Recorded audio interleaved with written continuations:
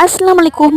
இன்னைக்கு என்னன்னு பார்த்தீங்கன்னா, இப்போல்லாம் நம்ம வளர்ச்சி தடுக்கிறக்கோ இல்லை நம்மளை டீக்ரேட் பண்ணுறக்கோ, நீ எல்லாம் எப்படி வளர்றன்னு நான் பார்க்குறேன், நீ எப்படி இந்த ஃபீல்டில் நீ சாதிக்கிறேன்னு நான் பார்க்குறேன் அப்படிங்கிற மாதிரி சொல்கிறதுக்கு நிறைய பேர் இருக்காங்க. அவங்களாம் வந்து டேரெக்டாக சொன்னால் கூட நம்ம வந்து அக்செப்ட் பண்ணிக்கலாம். பட் என்ன பண்ணுறாங்கன்னா, டேரெக்டாக நம்மக்கிட்ட பேசும்போது நல்லா வாழைப்பழம் மாதிரி இனிச்சு இனிச்சு பேசிட்டு இன்டேரக்டாக நம்மளை வந்து அடிக்கிறதே அவங்களால தான் இருக்கும். ஸோ இவங்களோட மோட்டிவ் என்னன்னு பார்த்தீங்கன்னா, நம்ம வளரக்கூடாது, ஆனால் நம்மளோட கண்டென்ட் டாபிக்ஸை வச்சு இவங்க வளர்ந்துக்கணும்.